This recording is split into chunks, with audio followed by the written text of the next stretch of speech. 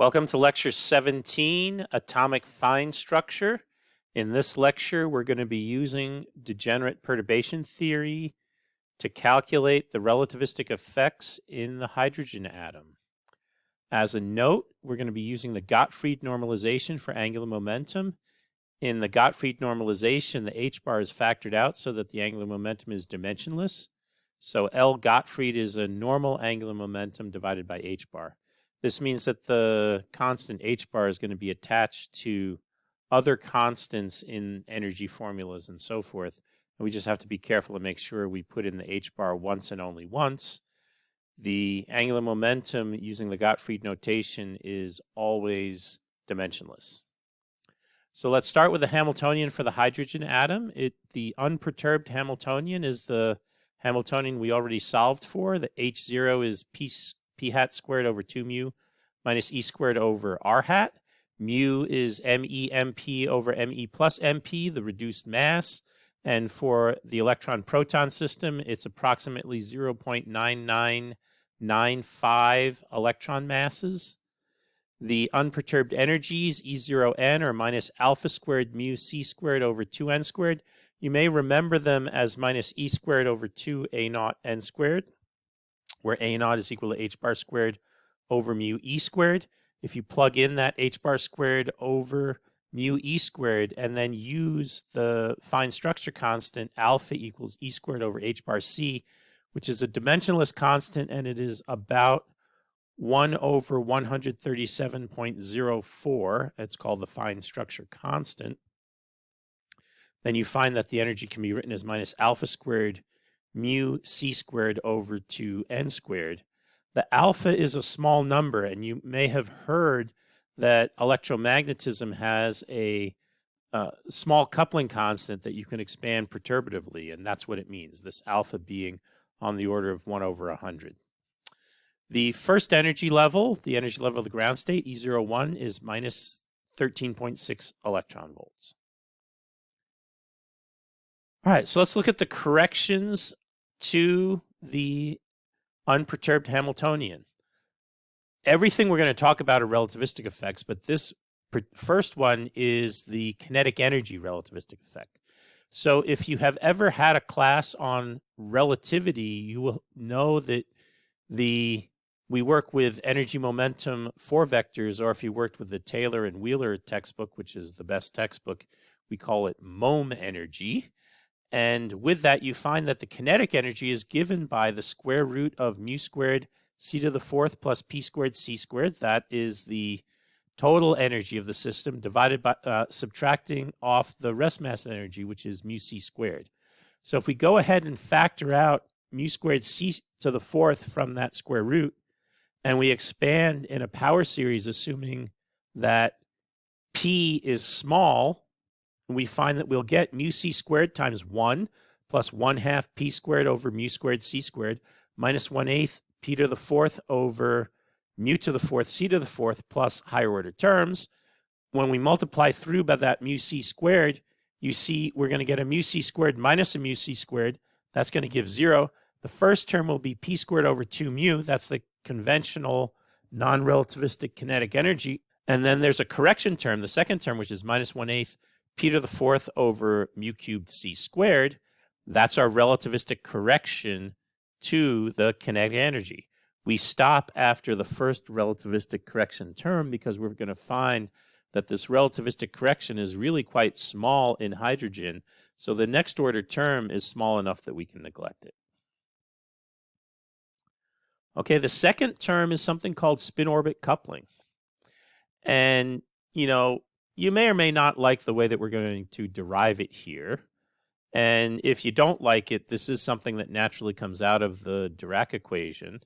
We're not going to be covering the Dirac equation in this class, but you should be comforted that this is something that just naturally comes out of a relativistic treatment. Now, again, in your electromagnetism class, you probably learned that if you have a system that has an electric field in one rest frame, if you look at the system in a rest frame that's moving with some velocity v, it will generate a magnetic field. So since both the proton and the electron rotate about their common center of mass, that means that the electron sees a moving proton in its rest frame. That moving charge creates a magnetic field that the electron interacts with.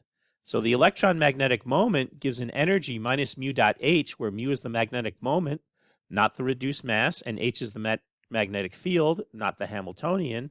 The magnetic moment mu is given by EH bar over 2 MEC times sigma, where again sigma is a Pauli spin matrix vector, and that sigma is dimensionless. We move the h bar over 2 into the multiplying a E over MEC, and that's the magnetic moment. The magnetic field is given by minus 1 over C V cross E. That will equal 1 over EC V cross R times dV dr, where V is the Coulomb potential energy. And when we use the Gottfried normalization, this is going to become minus H bar over E MEC L times 1 over R dV dr. That's because, I'm sorry, that's V cross R hat, not R operator. So you can think of that as the unit vector in the R direction. So V cross and R, a unit vector in the R direction, that's actually the same as V cross R divided by R, where R is the operator corresponding to the radial coordinate. And if I multiply and divide by a mass, I will get P cross R, and P cross R is just minus L. So that's where that derivation, that's where all of those terms come from. Now, V of R is given by minus E squared over R, so its first derivative is going to just be E squared over R squared. Now, what we're going to do when we multiply by the mu, we're going to find that our final result is going to look like 1/4 H bar over MC quantity squared L dot sigma times 1 over R dV dr. If you look carefully, you notice that term is 1/2 as big as the term that we would have just derived by going through that full derivation.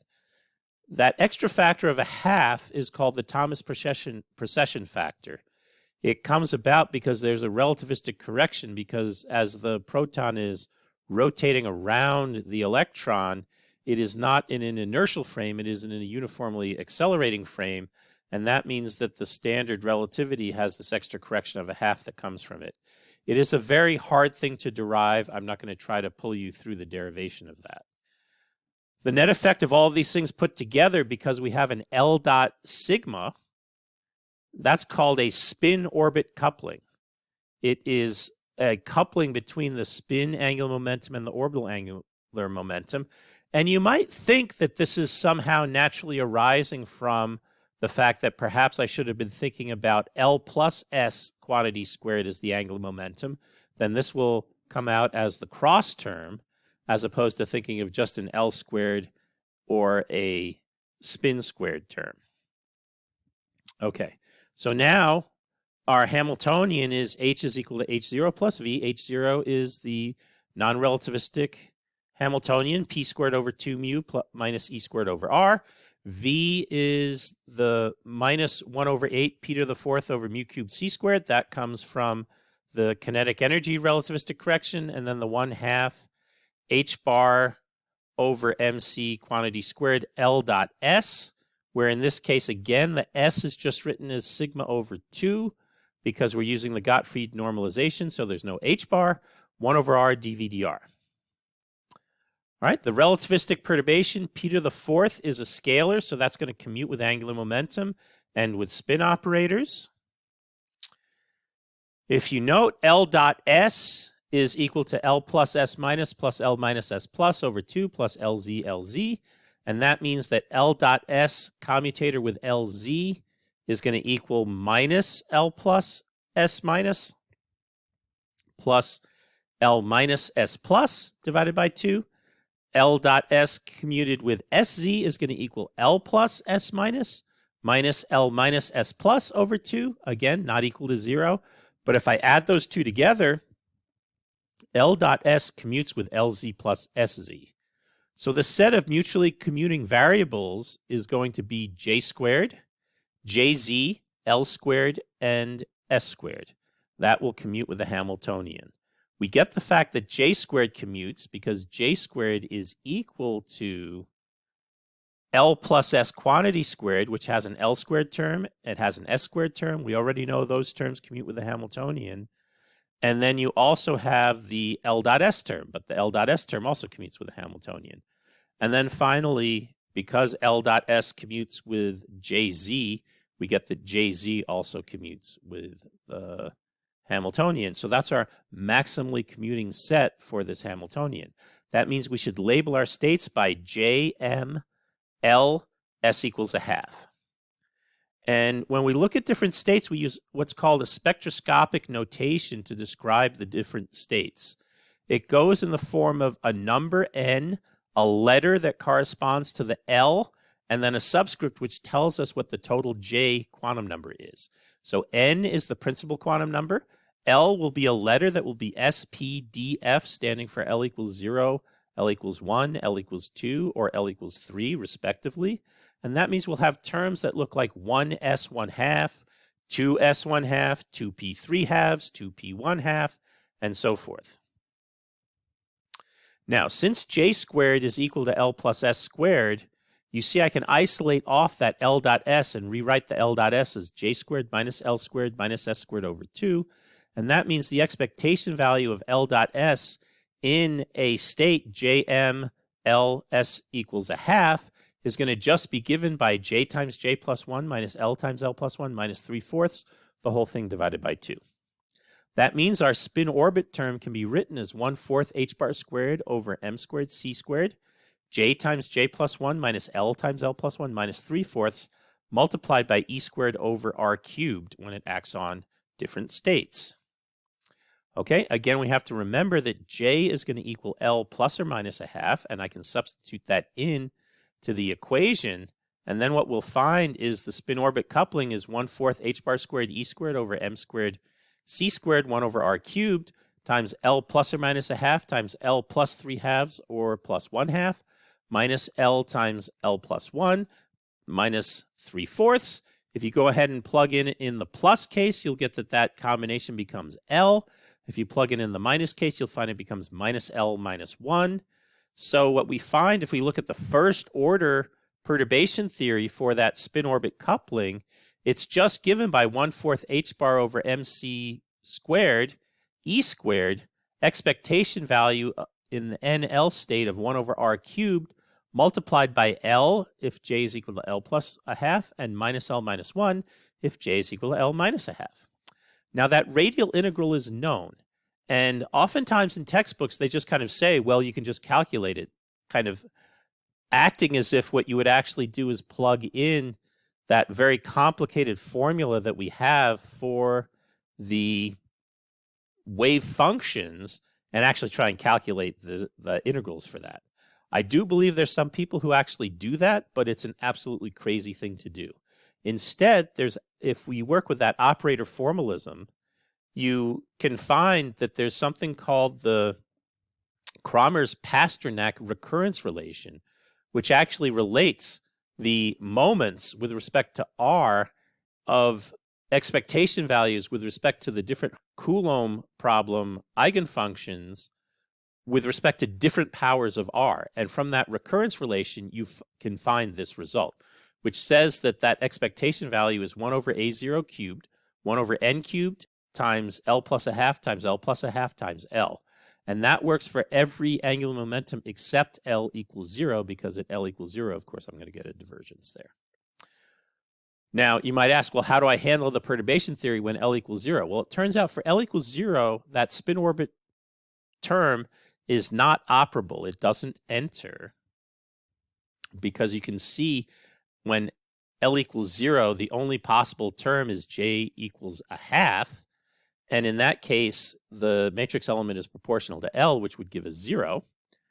It turns out then that you have another term that is present that you have to take into account. That's called the Darwin term.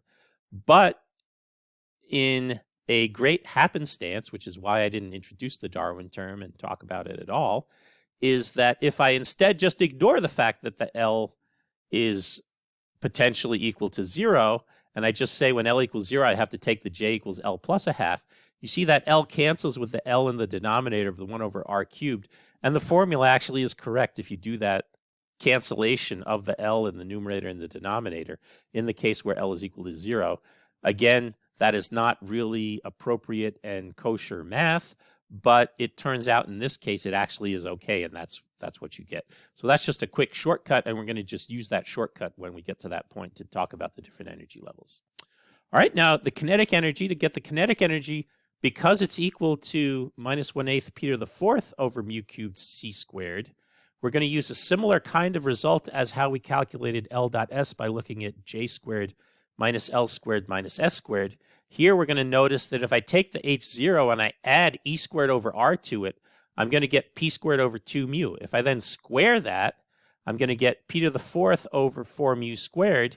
And then if I multiply that by 1 over 2 mu c squared, I'll get the minus 1/8 P to the fourth over mu cubed c squared. So I have the formula that I need to calculate that operator. And when I evaluate that as a matrix element in the NL states, the H0 you can immediately calculate. That's going to give me an E0n. So when it's squared, I just get an E0n squared. When it's to a single power, I'll get plus 2 E0n E squared times the expectation value of 1 over R. And then the final term, which is squared, is plus e to the fourth expectation value of 1 over R squared, whole thing multiplied by 1 over 2 mu c squared. Again, these radial integrals are known from doing operator algebra. If you would like to find out additional details about this, I have written a paper about this, and I'll be happy to share it with you if you would like to know about that. You can just ask me for it, and I will share it with you. The expectation value of 1 over R, we actually get that from the virial theorem. That's just 1 over A0n squared. And the expectation value of 1 over R squared, you can get that from what's called the Feynman-Hellman theorem. And that is equal to 1 over A0 squared n cubed L plus a half. But actually, the application of the Feynman-Hellman theorem has to be done with great care to actually do it properly and get a proper derivation of that. You also, as I say, can do it from an operator-based method, but I don't have the time to show you how that operator-based method works for this class. Okay, and then of course E0n was equal to minus E squared over 2A0n squared, and that means when we put all of this together, we can calculate the expectation value of that kinetic energy perturbation. We're going to just re-express it in terms of that E0n because we already calculated it. It's minus e to the fourth over 4A0 squared, 1 over n to the fourth minus 4 over n to the fourth plus 4 over n cubed L plus a half times 1 over 2 mu c squared. We substitute in what the E0n is. You find it's E0n times E squared over A0, 1 over n squared, times n over L plus a half minus 3/4, whole thing times 1 over mu c squared. Then you can combine that E squared A0 and the mu c squared. It ends up giving a factor of alpha squared, which is E squared over h bar c. You can pull out that 1 over n squared that we have out, and then we get the term in the brackets, the n over L plus a half minus 3/4. Okay, and then similarly, if we look at the total result for the spin orbit coupling, we find we get a 1/4 h bar squared over m squared c squared, E squared over A0, mu squared e to the fourth over h bar to the fourth, 1 over n cubed, 1 over L plus 1, L plus a half, L times L or minus L minus 1, depending upon whether j is equal to L plus a half or j is equal to L minus a half.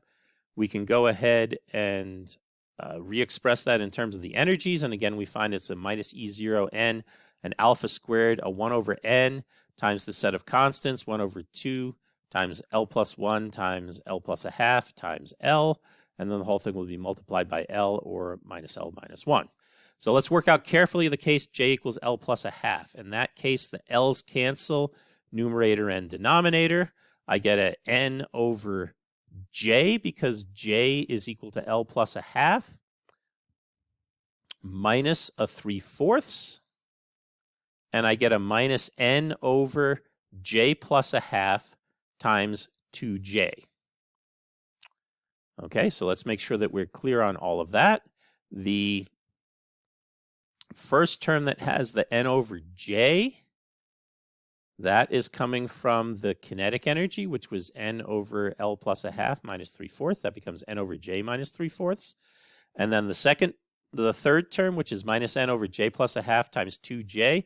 Well, if j equals L plus a half, then L plus 1 is just j plus a half, and L plus a half is just j. That's where that denominator comes. And now what we're going to do is we're going to put everything over the same denominator. So I'm going to write this as 1 plus alpha squared. The 1 is coming from the unperturbed energy. 1 plus alpha squared over n squared multiplied by n. So let's look at the term. I can factor out an n over j, and I'll get 1 over, I'll get a 2j plus 1 minus 1 divided by 2j plus 1.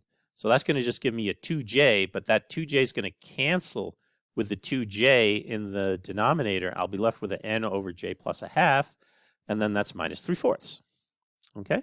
So we get that nice simple form for the perturbed energy in the first order perturbation theory.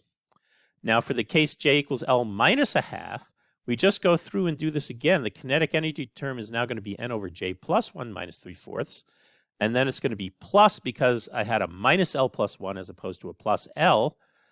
That's going to cancel the L plus 1 in the denominator, changes the sign to a plus. So I have an n. I will have divided by 2 times a term that has an L plus a half. L plus a half is the same as j plus 1. And I'll have an L, which is the same as a j plus a half. And now again, you see the way it's written there, that j plus 3/2 will cancel. And I can put everything over that j plus 1, n over j plus 1. And I'll be looking at 2j plus 1, which is going to give me 2j plus 2. That's going to cancel a 2 in the denominator and the j plus 1 in the denominator. And I'll be left with that j plus a half. And you can see it's exactly the same functional form as we got for the j equals L plus a half case. So if I write the energy shift in terms of j, it has the same form. Okay? Now, because we recall that En0 is less than 0, this shift is negative. It just turns out in this particular case, the shift is lowering the energy. Now, some comments. Even though the shift wasn't calculated for j equals a half, L equals 0, it holds for that case as well. You need to work with this Darwin term or work with the Dirac equation in order to prove it. The second point is that the lowest excited states, so if I'm looking now at the n equals 2 level, those are going to be the 2p1/2 and the 2s1/2 state, because n equals 2, and then I want to construct the j that has the smallest denominator. That's obviously going to be j equals a half. So 2p1/2 and 2s1/2 are going to be degenerate using that formula. And the 2p3/2, which is the other state that I could have, is going to be higher in energy. So those two states are not split due to the perturbation theory or the relativistic effects. And so you have this picture here where the 2s and 2p states, which are all degenerate, and there's a total of 8 of them, they separate into 2 multiplets that each have 4 states in them. One is the 2p3/2 state, and that has 4 states in it, and the other is the 2s1/2 and the 2p1/2. Each of those has 2 states in it. That splitting in energy is 0.453 times 10 to the minus 4 electron volts. That's a pretty small number. It is 45 micro electron volts, so a very small number that we have there. But it turns out that when you actually do a very careful measurement, you find that the 2s1/2 and the 2p1/2 are split.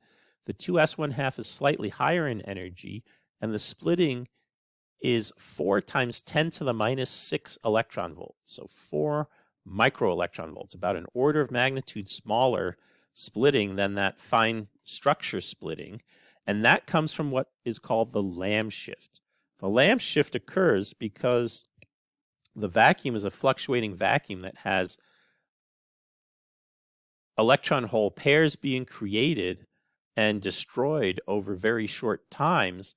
But in the short time that they're present, you can polarize the vacuum due to the charges in the hydrogen atom, and that slightly changes the interaction. And it's a slightly different change for the S wave versus the p-wave states, and so you get this slight shift in energy. I'm not going to be going over the details of how you do that calculation. It is something that you can find in advanced graduate textbooks. I think the textbook by Cummins does a particularly good job at describing the Lamb shift. So if you're interested in learning more about that, that would be a place to look. Okay, and then the final point I want to make is that by choosing the JMLS basis, we did not need to use degenerate perturbation theory. You saw that we just evaluated this expectation value because we were able to construct the diagonal matrix in that first order degenerate perturbation theory space directly by using those quantum numbers. So we could determine what the parallel directions were.